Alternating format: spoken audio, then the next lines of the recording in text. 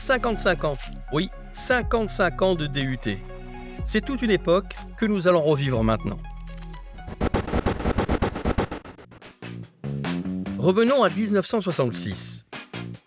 L'essor économique de la France des 30 Glorieuses fait apparaître alors un manque de cadre intermédiaire faisant la jonction entre la conception et l'exécution des tâches. Christian Fouché, ministre de l'Éducation nationale, crée donc les Instituts universitaires de technologie, les IUT, par le décret du 7 janvier 1966. Le président Pompidou en expliquait la raison d'être principale à la télévision. Il s'agissait aussi de démocratiser l'enseignement, c'est-à-dire d'attirer vers cet enseignement de second degré et ensuite vers l'enseignement supérieur le plus possible d'enfants, et en particulier d'enfants du peuple, fils d'ouvriers ou fils de paysans, dont il faut bien dire que jusqu'alors, ils avaient fort peu accès à ces enseignements. La création des IUT reprend donc un double objectif: accroître l'accès des jeunes à l'enseignement supérieur et répondre aux besoins économiques des entreprises en matière d'insertion professionnelle via une formation universitaire courte. Le diplôme universitaire de technologie, le DUT. L'IUT de Nantes fait partie des 13 premiers créés en France. Il ouvre ses portes à la rentrée 1967 à 110 étudiants inscrits dans 2 spécialités de DUT, le génie mécanique et le génie électrique. Les enseignements sont dispensés rue Maréchal Joffre, à Nantes, dans les locaux alors occupés par l'École nationale supérieure de mécanique, aujourd'hui École centrale. 1968. Le contexte national est instable, mais il n'empêche pas l'IUT de Nantes de se développer et d'ouvrir en septembre une nouvelle formation, le DUT informatique. Le DUT est une formule intéressante parce que simplement 2 ans d'études, puis ensuite on peut gagner sa vie. Ce n'est pas simplement, l'apprentissage des technologies, c'est aussi une formation très ouverte sur le monde. Après le DUT, j'ai trouvé très rapidement un poste à la Caisse d'épargne de Nantes. Ensuite, j'ai vu un poste plus adapté à ma formation analyste programmeur à l'Université de Nantes. J'ai postulé, j'ai été admis à ce poste. Il y a eu effectivement dans ces 50 années d'expérience une énorme évolution. J'étais prévenu, dès le choix de l'informatique, j'étais déjà prévenu que les bouleversements allaient se produire régulièrement. Nous avions à ce moment-là à l'IUT un centre de calcul qui était équipé d'un IBM 370-135. Ça occupait à peu près 7 salles et avec une toute petite mémoire, beaucoup plus petite d'ailleurs que le dernier iPhone actuellement commercialisé. Nous sommes maintenant en 69 et cette année marque la fin de la formation de la première promotion du DUT et la première diplomation pour l'IUT. 90 étudiants obtiennent leur DUT, 52 diplômés en génie mécanique et 36 diplômés en génie électrique. On était des pionniers sans hésitation, à la fois des étudiants et aussi des professeurs et l'institution. C'est-à-dire qu'il y avait à prouver que l'IUT était viable à Nantes, ce concept que personne ne connaissait.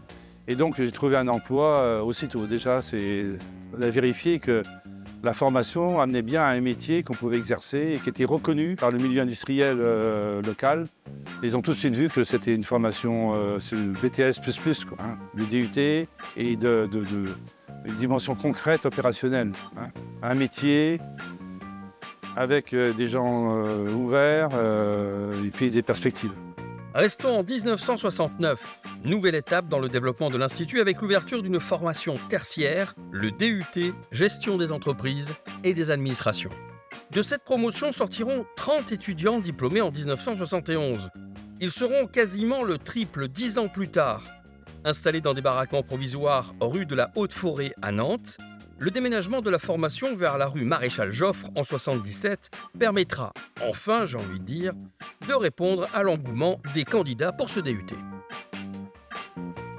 Mon objectif n'est pas de faire de mes étudiants des microéconomistes distingués, parce qu'on a une formation qui est courte et qui a comme objectif de leur donner les bases de compréhension nécessaires de l'économie générale, de manière à ce qu'ils puissent prendre des décisions ad hoc par rapport à ce contexte environnemental dans la petite entreprise ou la moyenne ou la grande entreprise.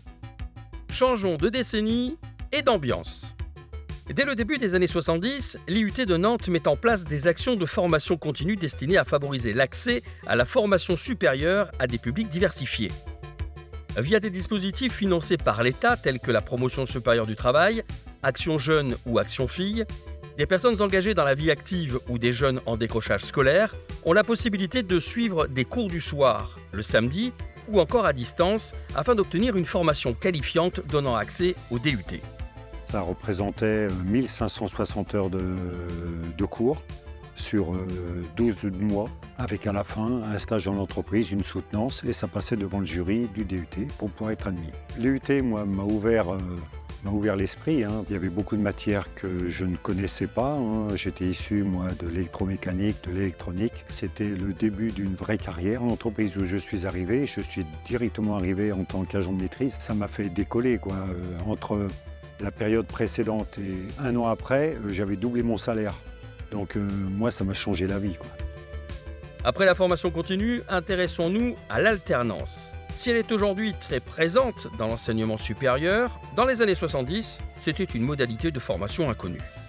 En septembre 1976, l'équipe pédagogique du DUT GEA à Nantes lance une expérimentation inédite appelée enseignement supérieur en alternance.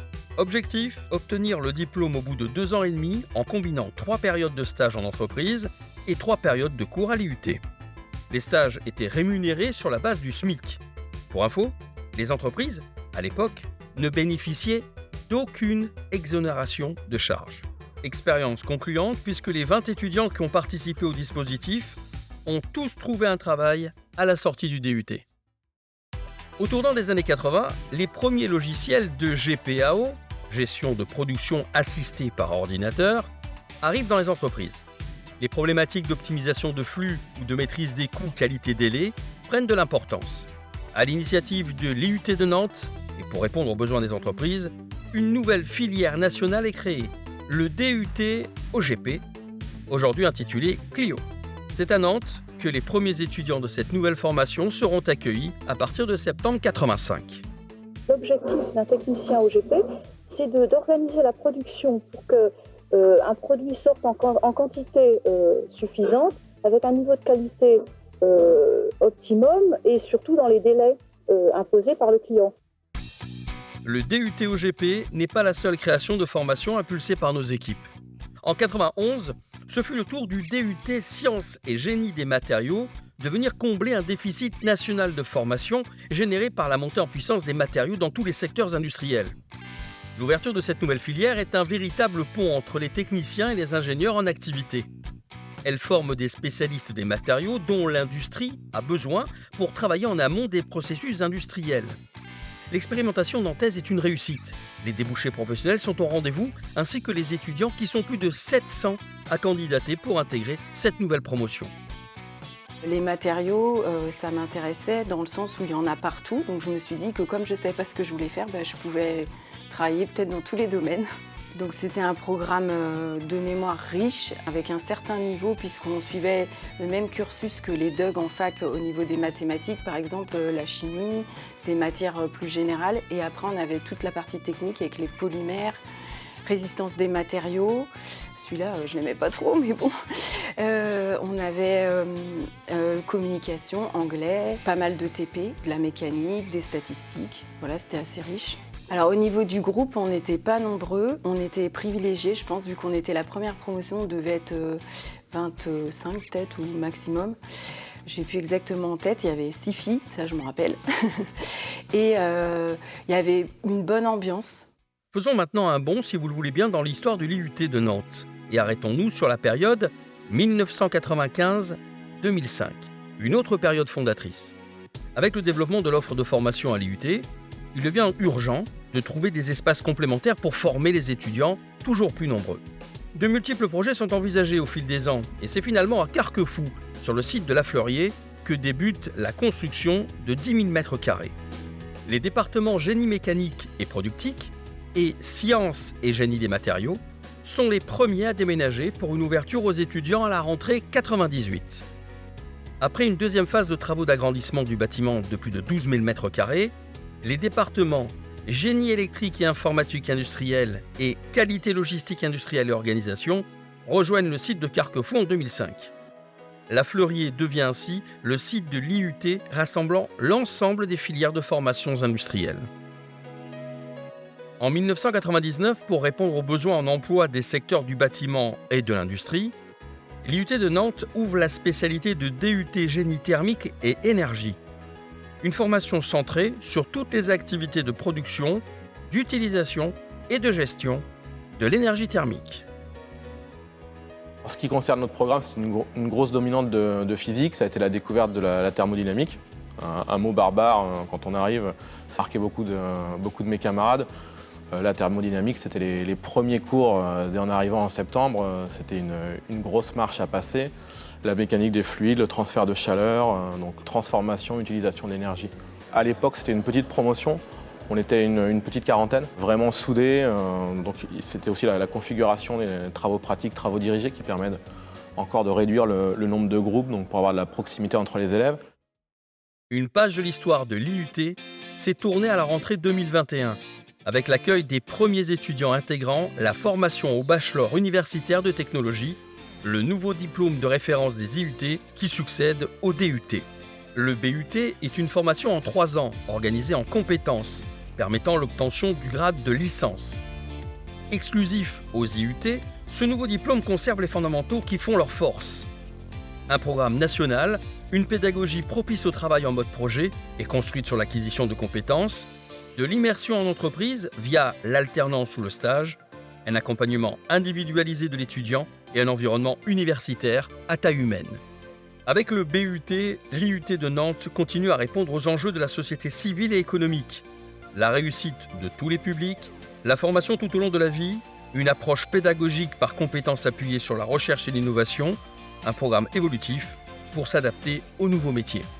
Pour finir, j'irai droit au but. Depuis toujours, l'IUT de Nantes forme des cadres intermédiaires pour les entreprises avec toujours comme objectif majeur l'insertion professionnelle et l'ancrage sur son territoire. Terminer sa formation à l'IUT de Nantes en 2022, c'est rejoindre un réseau de plus de 34 000 diplômés, femmes et hommes, intégrés dans tous les secteurs professionnels d'activité en France et à l'étranger. À vous, toutes et tous, nous souhaitons le meilleur. Faire la dernière promotion de DUT, je ne sais pas si c'est la même chance que faire de la première, mais je suis sûr qu'ils s'en souviendront toute leur vie, comme moi. En sortant du DUT, les étudiants ont suffisamment de bagages pour aller dans la filière de l'énergie qui va les intéresser. On fait confiance aux gens qui sortent à l'UT. Je pense que l'UT donne de la valeur.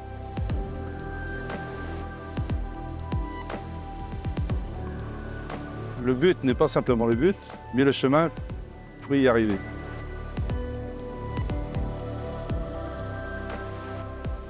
Donc en fait, il ne faut pas se dire qu'à la sortie de l'IUT, c'est la fin. Au contraire, il y a tout le champ des possibles et du coup qui nous permettent d'évoluer en fait dans le monde du travail qui n'arrête pas d'évoluer tout le temps.